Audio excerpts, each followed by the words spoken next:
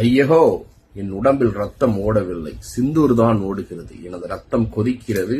பாகிஸ்தானியர்களுக்கு நாங்கள் தக்க பதிலடி கொடுத்திருக்கிறோம்னு மோடி வீரவசனம் பேசியிருக்கிறாரு.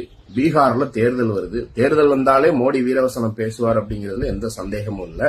ஆனா இந்த பாகிஸ்தான் இஷ்யூ, சிந்தூர், ஆபரேஷன் சிந்தூர், இந்த விவகாரத்துல மோடி அரசு நடத்தின நாடகங்கள், அது இன்றைக்கு உலக நாடுகள் பார்த்து சிரிக்கிறது. இந்தியாவை ட்ரம்புக்கு கீழே அடகு வச்சிருக்கிறாரு அப்படின்ற விமர்சனம் மேலோங்கிக்கு இருக்கு.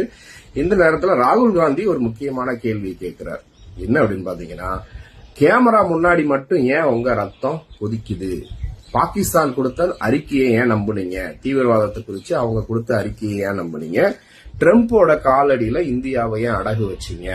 இவ்வளவு பெரிய சாக்ரிஃபைஸ் பண்ணிருக்கீங்க அப்படின்னு சரமாரி கேள்விய இந்தியாவினுடைய பிரதான எதிர்க்கட்சி தலைவராகிய ராகுல் காந்தி கேட்டிருக்கிறாரு.